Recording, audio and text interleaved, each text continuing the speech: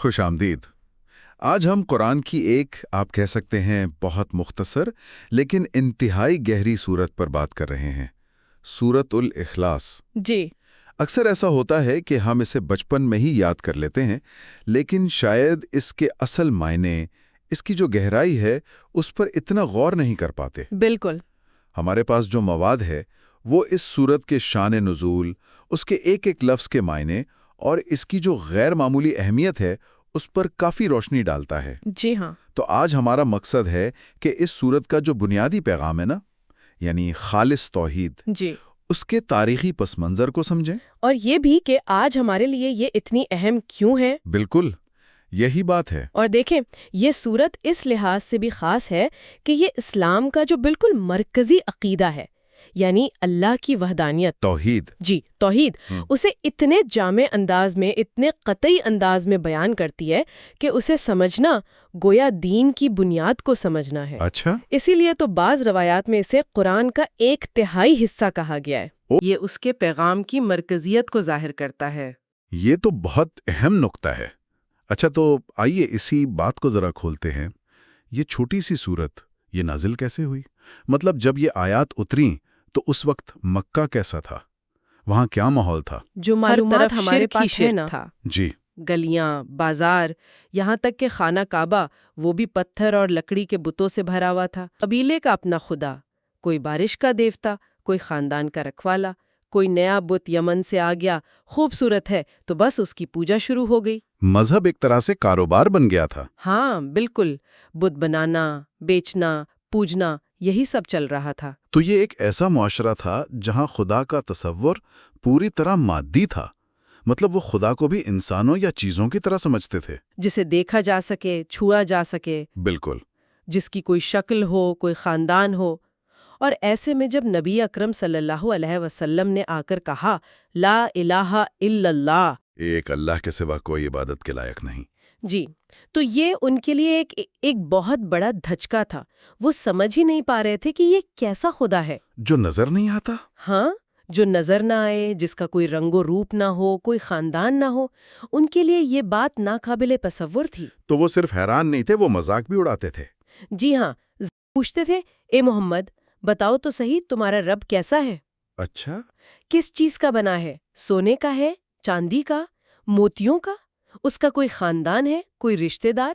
وہ اللہ کو بھی اپنے بتوں کے پیمانے پر ہی ناپ رہے تھے۔ بالکل، ان کے لیے یہ سمجھنا مشکل تھا کہ کوئی ایسی ہستی بھی ہو سکتی ہے جو مادی نہ ہو، جو مخلوق جیسی نہ ہو۔ یہ سوالات یہ اصل میں ان کے اپنے محدود تصور کی عکاسی تھے۔ یقیناً وہ ایک ایسے رب کا تصور ہی نہیں کر سکتے تھے جو خالق ہو، مخلوق نہ ہو، جو ہمیشہ سے ہو، ہمیشہ رہے، جسے کسی سہارے کی ضرورت نہ ہو۔ اور انہی سوالوں کے جواب میں جو اس وقت کے شاید سب سے بنیادی سوال تھے، اللہ بھی اپنا تعارف خود کروایا۔ اور وہ جواب آیا سورۃ الاخلاص کی شکل میں۔ بسم اللہ الرحمن الرحیم، قل هو اللہ احد، اللہ الصمد، لم یلد ولم یولد، ولم یکن لہ کفوا احد۔ سبحان اللہ۔ یہ صرف جواب نہیں تھا، یہ تو ایک اعلان تھا، اللہ کی ذات کا اس کی اپنی زبان میں بیان۔ جی، یہ تاریخ کا ایک بہت بڑا لمحہ تھا جب انسانیت کو خدا کا براہ راست تعارف ملا۔ آئیے ان آیات کو تھوڑا سمجھتے ہیں۔ پہلی آیت، قل هو اللہ احد، کہہ دیجئے وہ اللہ ایک ہے۔ یہاں دیکھیں، لفظ واحد استعمال نہیں ہوا۔ ہاں، احد ہے۔ احد، جی، احد کا مطلب ہے وہ ایک جو اپنی ذات میں بالکل یکتا ہے، بے مثال ہے، جس کا کوئی دوسرا نہیں، جو تقسیم نہیں ہو سکتا، جس کا کوئی حصہ نہیں۔ یہ صرف گنتی کا ایک نہیں، نہیں، بالکل نہیں۔ یہ صرف تعداد والا ایک نہیں ہے، بلکہ اپنی نوعیت میں، اپنی ذات میں یکتا ہونا ہے۔ اور یہ مکہ کے جو ان گنت خداؤں کا تصور تھا نا، اس کا براہ راست رد ہے۔ بالکل، یہ اللہ کی مطلق وحدانیت کا اعلان ہے۔ یہ احد کا تصور کتنا انقلابی تھا اس معاشرے کے لیے۔ یقیناً۔ اچھا، پھر اگلی آیت آتی ہے اللہ الصمد۔ اللہ الصمد ہے، الصمد، اس کا کیا مطلب ہے؟ الصمد بہت گہرا لفظ ہے۔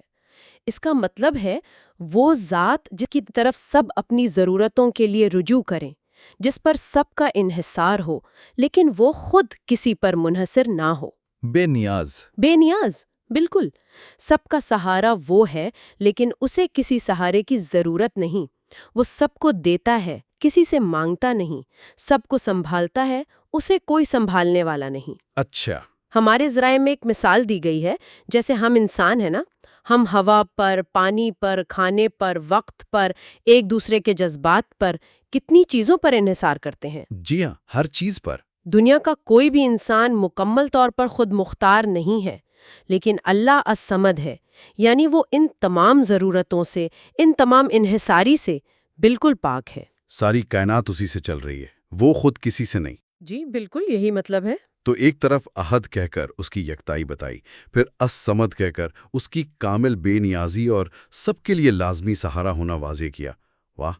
جی اگلی آیت ہے لم یلد ولم یولد، نہ اس نے کسی کو جنا اور نہ وہ جنا گیا۔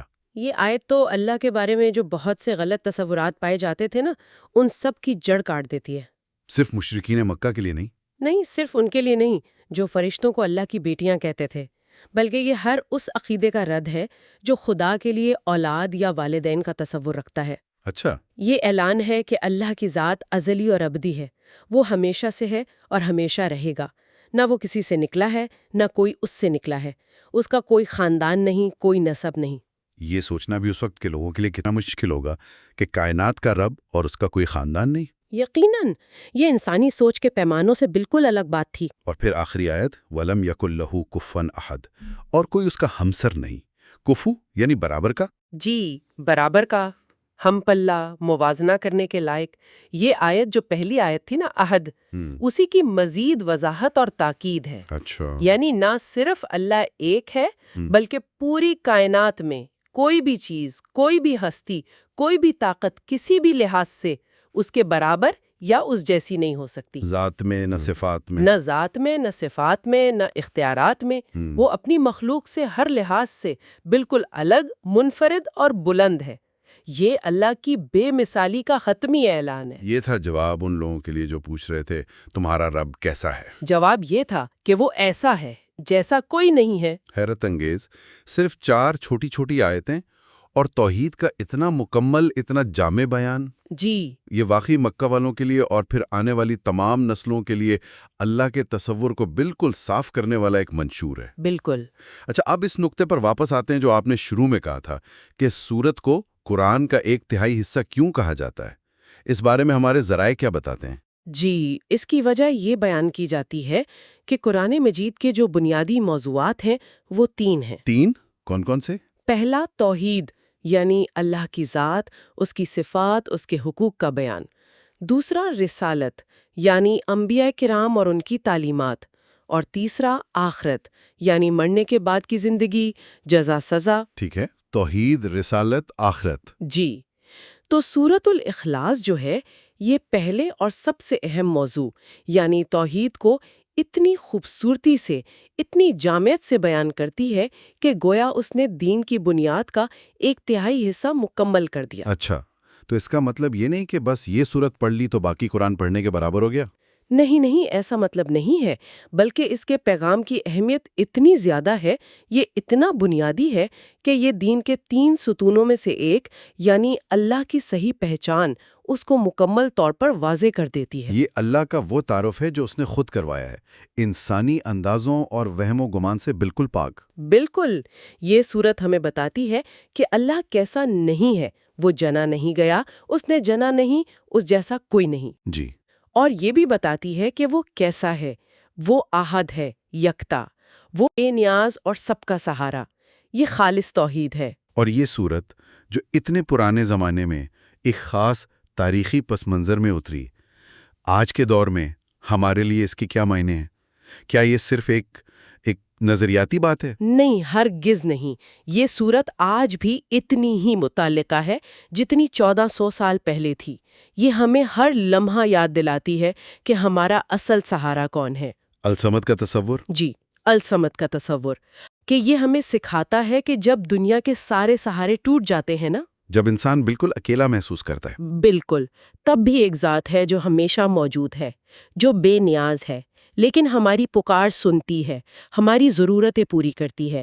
جب ہم کمزور پڑتے ہیں وہ طاقت دیتی ہے، جب ہم بکھر جاتے ہیں وہ جوڑتی ہے۔ یعنی یہ صرف اللہ کی تعریف نہیں، یہ ہمارے اور اللہ کے تعلق کی بنیاد بھی ہے۔ یقیناً۔ یہ یاد دہانی ہے کہ دنیا میں سب کچھ بدل سکتا ہے، لوگ بدل جاتے ہیں، حالات بدل جاتے ہیں، لیکن اللہ کی ذات اور اس کا سہارا وہ کبھی نہیں بدلتا۔ قل هو اللہ احد کہنا صرف ایک عقیدہ دہرانا نہیں، یہ ایک ایسی حقیقت کا اعتراف ہے جو زندگی کے ہر طوفان میں ایک مضبوط لنگر کی طرح ہے۔ اور یہ جاننا کہ لم یلد ولم یولد اور ولم یکن لہو کفوا احد، یہ ہمیں ہر قسم کے شرک سے بچاتا ہے، ظاہر ہو یا چھپا ہوا۔ جی ظاہر ہو یا پوشیدہ۔ یہ ہمیں سکھاتا ہے کہ اپنی امیدیں، اپنا بھروسہ، اپنی عبادت سب کچھ صرف اسی ایک ذات کے لیے خالص رکھیں، جو کسی کی محتاج نہیں، جس کا کوئی ثانی نہیں، اور جو ہمیشہ سے ہے اور ہمیشہ رہے گی۔ یہ جاننا ہی اپنے آپ میں ایک بہت بڑی طاقت اور سکون دیتا ہے۔ بالکل۔ تو آج ہم نے مکہ کی ان گلیوں سے بات شروع کی جہاں ہر طرف بت ہی بت تھے، اور سورۃ الاخلاص کے ذریعے اللہ کے اس واضح، جامع اور گہرے تعارف تک پہنچے جو تمام انسانی تصورات سے کہیں بلند ہے۔ جی۔ ہم نے سمجھا کہ اللہ احد ہے، یکتا بے مثال، وہ الصمد ہے، سب کا سہارا، خود بے نیاز۔ وہ لم یلد ولم یولد ہے، نہ اس کی کوئی اولاد نہ والدین، وہ ازلی و ابدی ہے۔ اور لم یکن لہو کفن احد ہے، کائنات میں کوئی اس جیسا نہیں۔ اور ان سب باتوں کا نچوڑ یہی ہے کہ اصل بھروسہ، اصل تعلق صرف اسی احد اور الصمد ذات پر ہونا چاہیے۔ یہ صورت یاد دلاتی ہے کہ جب لگے کہ سب دروازے بند ہو گئے، تب بھی وہ موجود ہے جو ہر چیز پر قادر ہے اور جس کا سہارا کبھی ختم نہیں ہوتا۔ یہ صرف عقیدہ نہیں، یہ زندگی گزارنے کا ایک طریقہ ہے۔ اور آخر میں ایک سوال چھوڑ جاتے ہیں سوچنے کے لیے۔ اللہ ہماری سمجھ، ہمارے حواس، ہمارے تمام تصورات کی حدوں سے بہت آگے ہے۔ جی۔ تو پھر ایک ایسی ہستی کے ساتھ جو بنیادی طور پر انسانی سمجھ سے باہر ہے، لیکن جسے قرآن کہتا ہے کہ وہ ہماری شہرک سے بھی زیادہ قریب ہے، جی ہاں۔ اس ہستی کے ساتھ ایک سچا، گہرا تعلق قائم کرنے کا اصل مطلب کیا ہے؟